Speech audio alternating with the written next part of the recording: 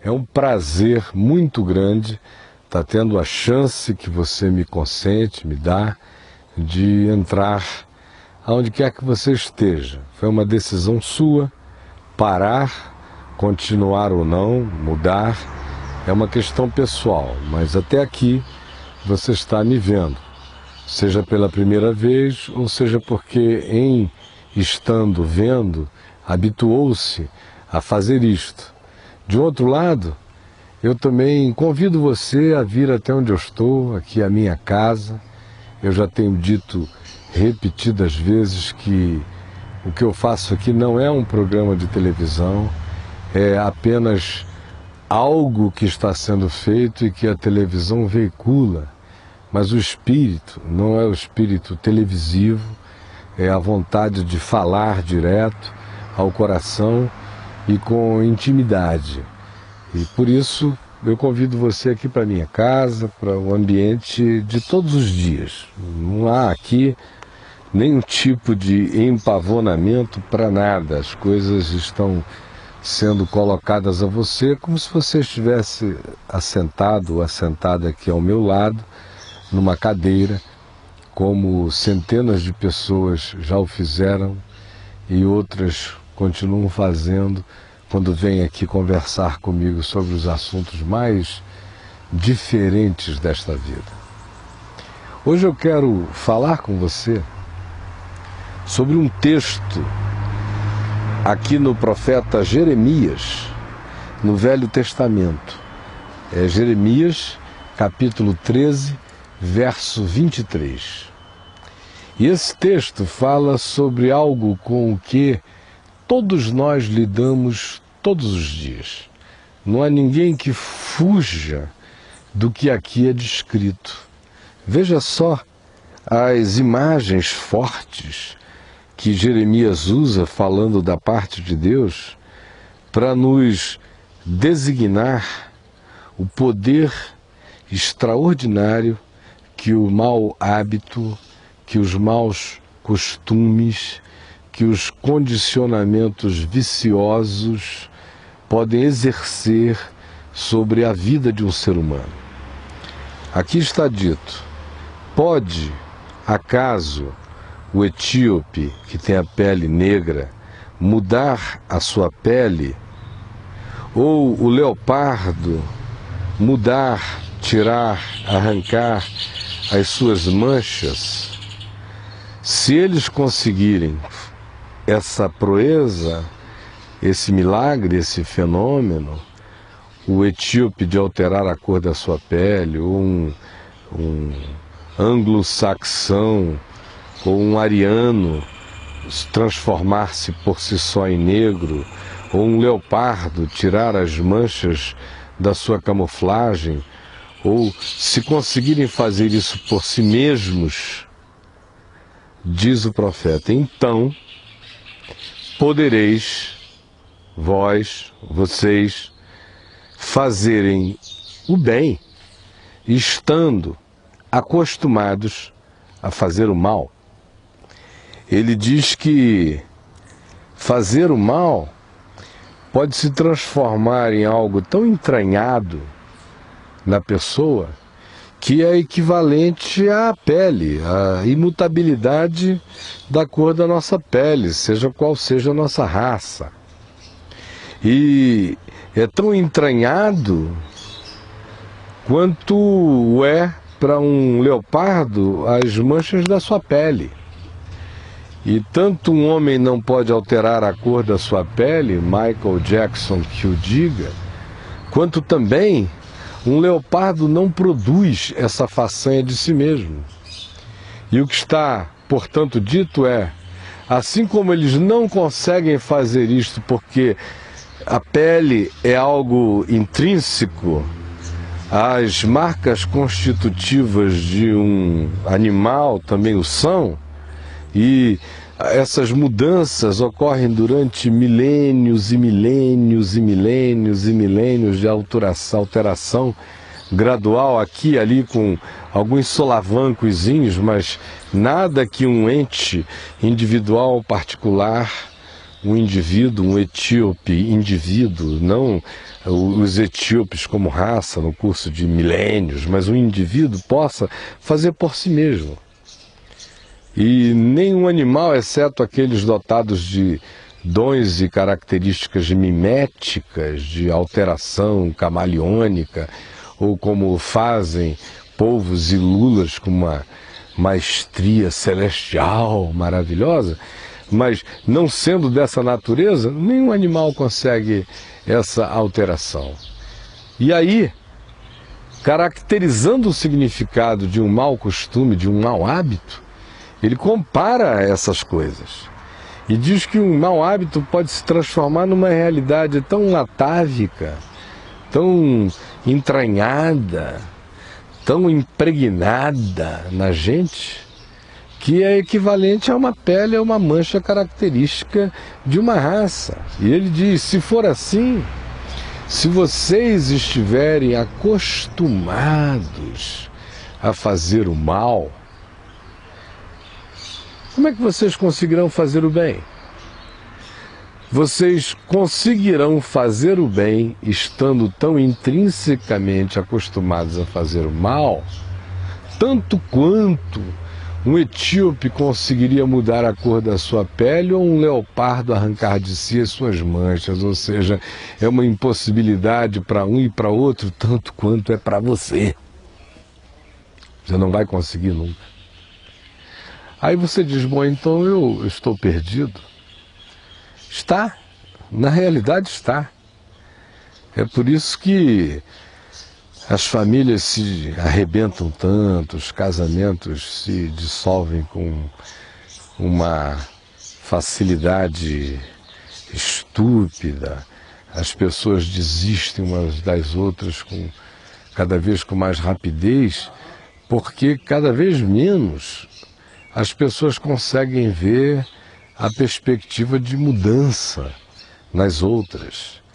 E aquelas que, por exemplo, se escondem atrás da religião ou de religiões, especialmente as religiões mais moralistas, mais legalistas, mais dadas a vestirem o indivíduo de uma pele exterior, plástica e artificial, de comportamentos que não correspondem a nada no coração, aqui e ali surpreendem as pessoas desavisadas com o fato de que quanto mais legalista o indivíduo é, quando ele tem o surto dele, mais doido, translocado, maluco, insano, irreconhecível ele fica, porque no máximo essas coisas geram uma camisa de força, mas não alteram intrinsecamente nada.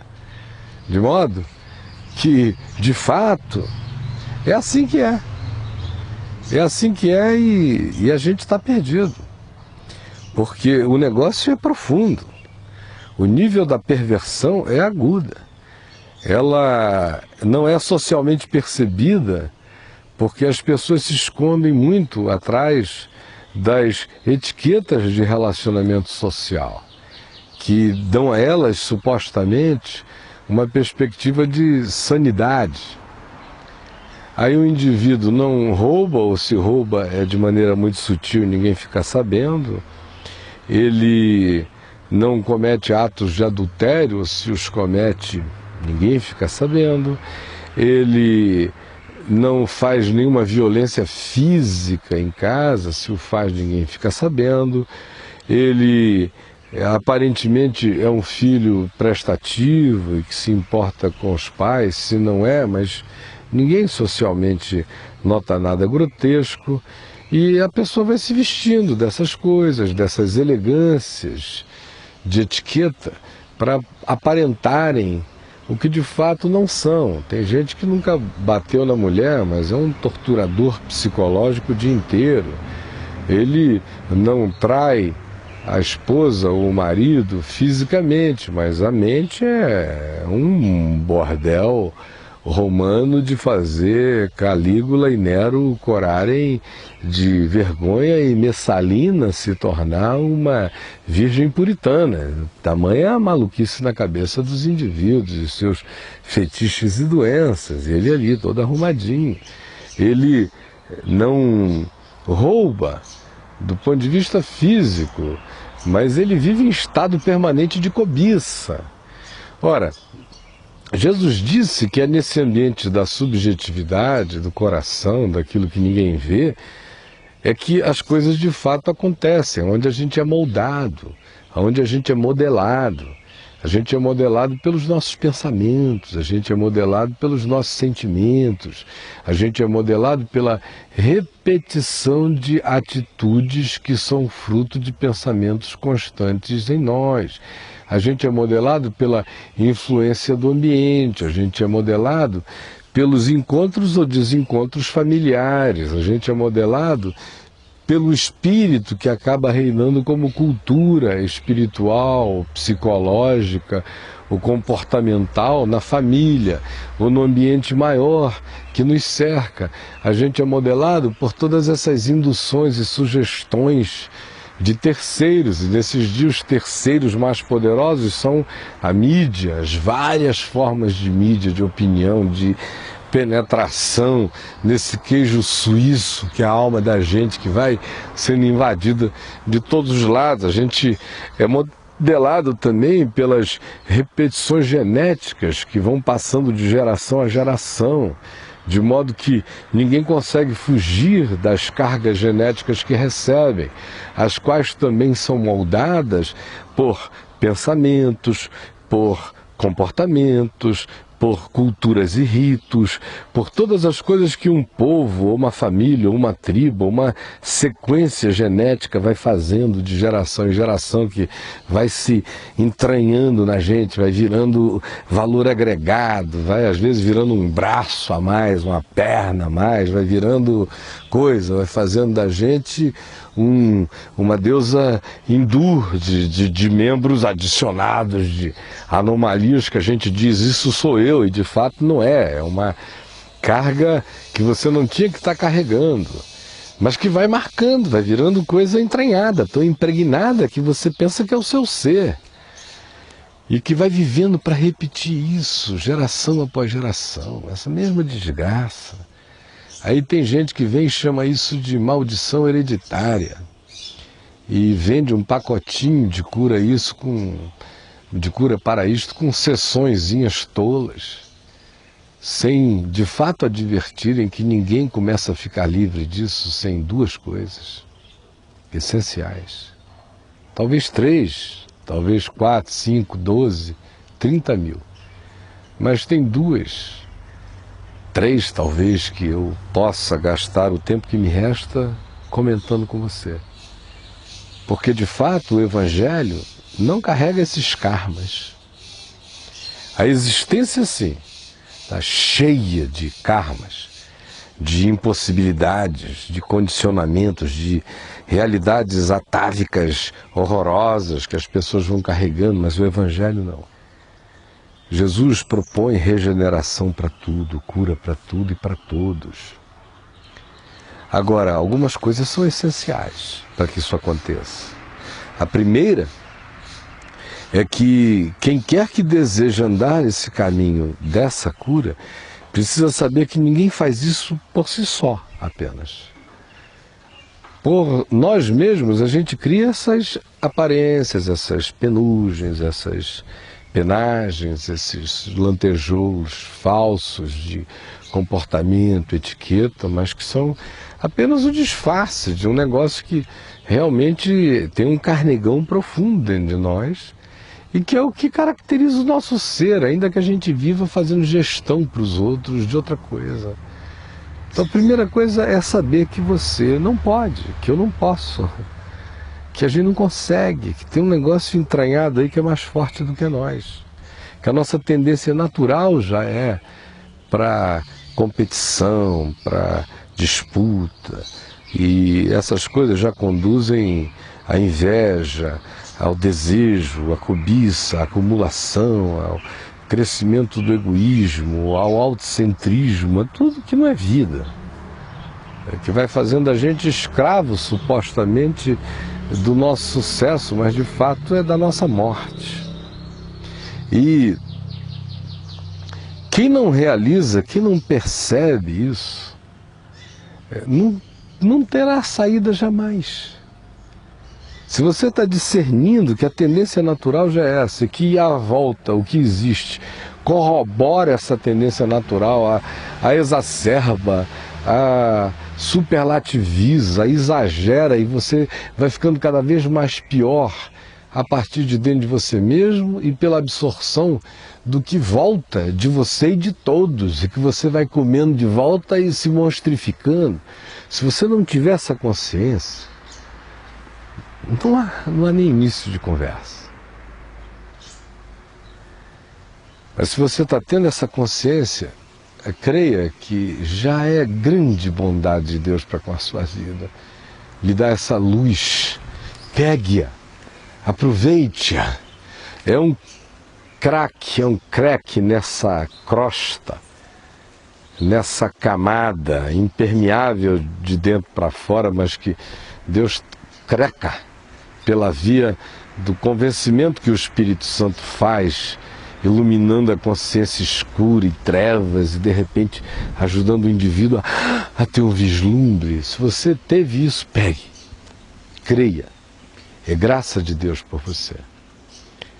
A segunda coisa que você precisa saber é que uma vez que você se apodere disso e diga: eu quero, eu vi, meu Deus, eu vi que o que eu tenho não é vida, eu só estou condicionado nessa escravidão de hábitos muito estranhos, de olhares viciados, de sentimentos esquisitos, de hostilidades e de derivados do ódio, da disputa, do domínio, da conquista, da tirania, da suspeição, da desconfiança. É assim o meu olhar o tempo todo, e eu é que estou mal, eu é que adoeço, eu é que não confio, eu é que não amo, eu é que não me entrego, eu é que sou o cara doente. Então, se você viu isso, há uma segunda coisa a ver. Ele disse: vocês não vão conseguir fazer o bem estando acostumados a fazer o mal. Então o mal tem os seus costumes, que são milenares, e que vão ficando atávicos para a gente, que vão virando algo que nós pensamos que é o nosso próprio ser, sem que o seja. Agora, isso começa a quebrar quando a luz de Deus nos ilumina e a gente leva esse susto. A segunda manifestação de vitória sobre isso é, uma vez recebendo essa luz que vem pelo arrependimento, que significa mudança de mente, metanoia é arrependimento, mudança de mente é uma quebra de padrão. E o indivíduo leva aquele susto e enxerga. Uma vez que se enxergue, ele tem que tomar uma decisão. Tem que tomar uma decisão. Quem ganha essa luz tem que se agarrar a ela e tomar uma decisão. E é de luz em luz, de decisão em decisão, de percepção em percepção, calcados na fé, é que a conversão vai ganhando a profundidade. Primeiro como expansão da nossa consciência, vendo, enxergando, discernindo esse mundo de ilusões, de mentiras, de falsidades nos quais a gente vive dentro e fora de nós. E em segundo lugar, como aquela consciência que vai se dilatando para perceber a grandeza da vocação, do que significa ser um ser humano do ponto de vista de Deus. Quais são os sentimentos de um ser humano, o olhar de um ser humano, a atitude, a compreensão, a coragem, o humor, a disposição de mudança, a maleabilidade para o bem, sempre que um verdadeiro ser humano carrega. E aí, pelo Evangelho, pelo que Jesus ensina, e o que Jesus ensina no Evangelho é o que constitui um ser humano. Quando a gente vai absorvendo aquilo e vai ganhando a mente de Cristo, que é a composição cada vez mais definida de olhar, de valor, de discernimento, de entendimento, que decorre do que Jesus ensina como vida, quando isso vai crescendo em nós, isso vai gerando uma resposta natural de conversão do nosso olhar. A ingratidão começa a virar gratidão, a inveja começa a se transformar em bênção, a vontade de possuir começa a se transformar já no olhar, numa disposição de só querer ter o que venha da parte de Deus e nada mais. As coisas começam a mudar dentro da gente. E aí começam a virar fruto de amor.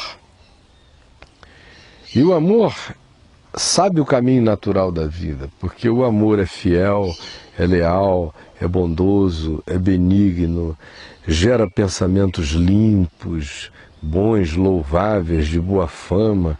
O amor não é ressentido, não é magoado, não é amargurado, não é vingativo, não é inconveniente, não pensa em si o tempo todo, não fica buscando interessezinhos pessoais. O amor se projeta para fora do indivíduo para ver o que está à volta de si mesmo, à volta dele. E ele vê e age conforme. Então, quando isso acontece dentro da gente, o processo de conversão está se instalando. E se ele é reforçado pela prática e pelo costume de que a gente vá agora praticando um outro costume, um outro hábito, outra fala, outra linguagem, outra confissão, outro tempo, ao invés de ser no supetão, agora é na calma, é na reflexão, respira muitas vezes antes de explodir e se pergunta: por que é que eu tenho que explodir? Por que é que eu tenho que gritar? Por que é que eu tenho que bater? Por que é que eu tenho que beber? Por que é que eu tenho que encher a cara? Por que é que eu tenho que me anestesiar? Por que é que eu tenho que fugir? Por que é que eu tenho que mentir? E você vai descobrir que você não tem. Que esse esquema todinho aí é o que destrói a vida.